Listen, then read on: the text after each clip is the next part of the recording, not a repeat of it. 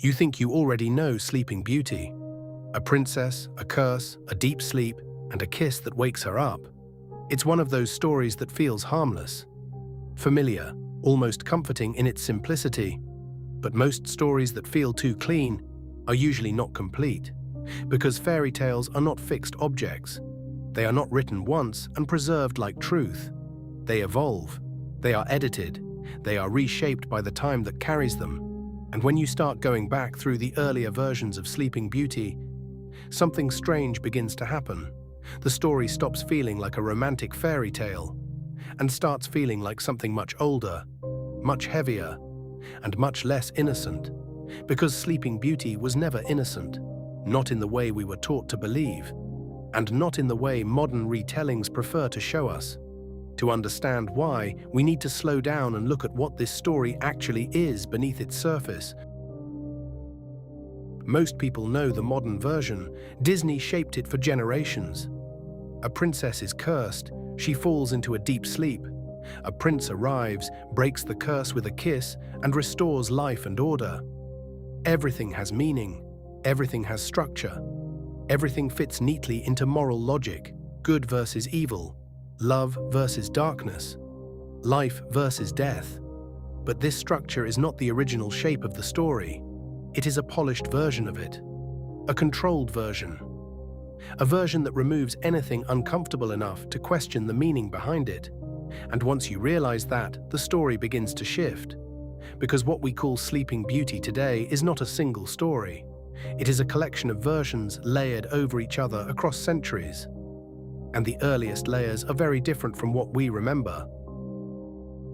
One of the earliest known written versions comes from the 17th century. A collection of fairy tales written by Giambattista Basile called The Tale of Tales. In his version, the story is not framed around love or destiny. It begins with something much more unsettling. A girl who falls into a deep sleep that removes her completely from the world. There is no emotional guidance for the reader, no moral framing, no gentle interpretation, just a shift from consciousness into absence. And then the world continues without her. That detail alone changes everything, because in modern storytelling, sleep is often symbolic of peace or innocence. But in older storytelling traditions, sleep is something closer to erasure, a suspension of agency, a removal from participation in one's own life. And once that happens, the story no longer belongs to the character. It belongs to the forces acting around the character, which is exactly what begins to define Sleeping Beauty across all its versions. She does not drive the story, she is carried by it. This is where the deeper pattern begins to emerge. Because Sleeping Beauty is not just about sleep, it is about passivity, about what it means to exist without action, without decision, without control over the direction of your own life. And in storytelling, passivity is never neutral. A character who acts becomes a subject. A character who does not act becomes something closer to a symbol. And Sleeping Beauty, in almost every version, is shaped by this absence of agency. She does not choose the curse. She does not choose the sleep. She does not choose the awakening. Everything happens to her. And over time, the story begins to transform this absence into something aesthetic, something beautiful, something desirable. But underneath that transformation, the structure remains unchanged. A life that is lived around someone who is not participating in it.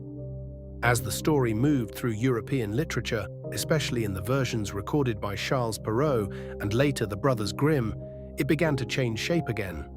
These later adaptations are the versions most people recognize today, and they are significantly more structured, more moral, and more controlled. Danger is simplified into a curse, chaos is turned into narrative order, and the story is given a clear moral framework that did not always exist in earlier tellings. But something else also happens during this transformation. The more uncomfortable or ambiguous elements of the earlier versions begin to disappear, not necessarily because they were unimportant, but because they were difficult to fit into a story meant for children and moral instruction. And so the story is refined, not into truth, but into something easier to consume. And that is how Sleeping Beauty becomes what most people know today, a story about love restoring life. But if you remove the moral framing for a moment, something else becomes visible. because Sleeping Beauty is still the same structure underneath. A passive figure, a world that continues without her input, and a resolution that depends entirely on external intervention. And this is where interpretation becomes important, because stories do not only reflect events, they reflect how we understand those events. And Sleeping Beauty, at its core, reflects something very specific: a suspended state of existence, a life paused in time, a consciousness waiting for something outside itself to reinitiate motion. And depending on how you interpret that, the meaning changes completely. It can be seen as protection, or it can be seen as erasure. It can be seen as innocence preserved, or innocence removed from participation entirely. And the story never resolves this contradiction. It simply holds it. What makes Sleeping Beauty particularly interesting is not just the narrative itself, but how easily it adapts to the values of the time interpreting it. In older contexts, it reflects fate and helplessness. In romantic retellings, it becomes love and destiny. In modern analysis, it becomes psychology and symbolism. But the structure underneath remains consistent: a person removed from action, and a world that defines meaning on their behalf. And that raises a deeper question that the story never directly answers. What does it mean to exist without agency? What does it mean for time to continue without your participation? And what happens to identity when life moves forward without your input? Sleeping Beauty is often treated as a passive fairy tale. But passivity is not emptiness, it is a condition with meaning. And that meaning can be interpreted in very different ways depending on who is looking at it.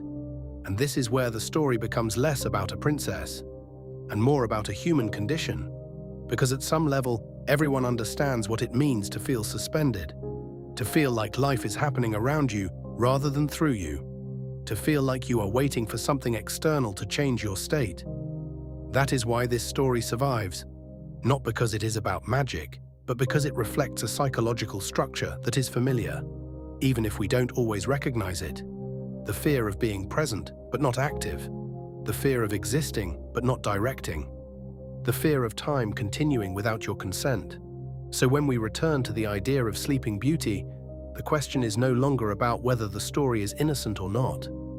Innocence is not really the subject anymore.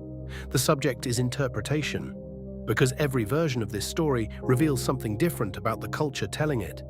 And none of them are final. None of them are complete. They are all attempts to make sense of something that refuses to stay simple. And maybe that is why Sleeping Beauty continues to exist in so many forms, because it is not just a fairy tale, it is a mirror. And what we see in it depends entirely on what we are trying not to see in ourselves. And maybe that is the real reason the story never really ends. Because some stories are not meant to be concluded, they are meant to be reinterpreted, again and again, each time revealing something slightly different about the story and about us.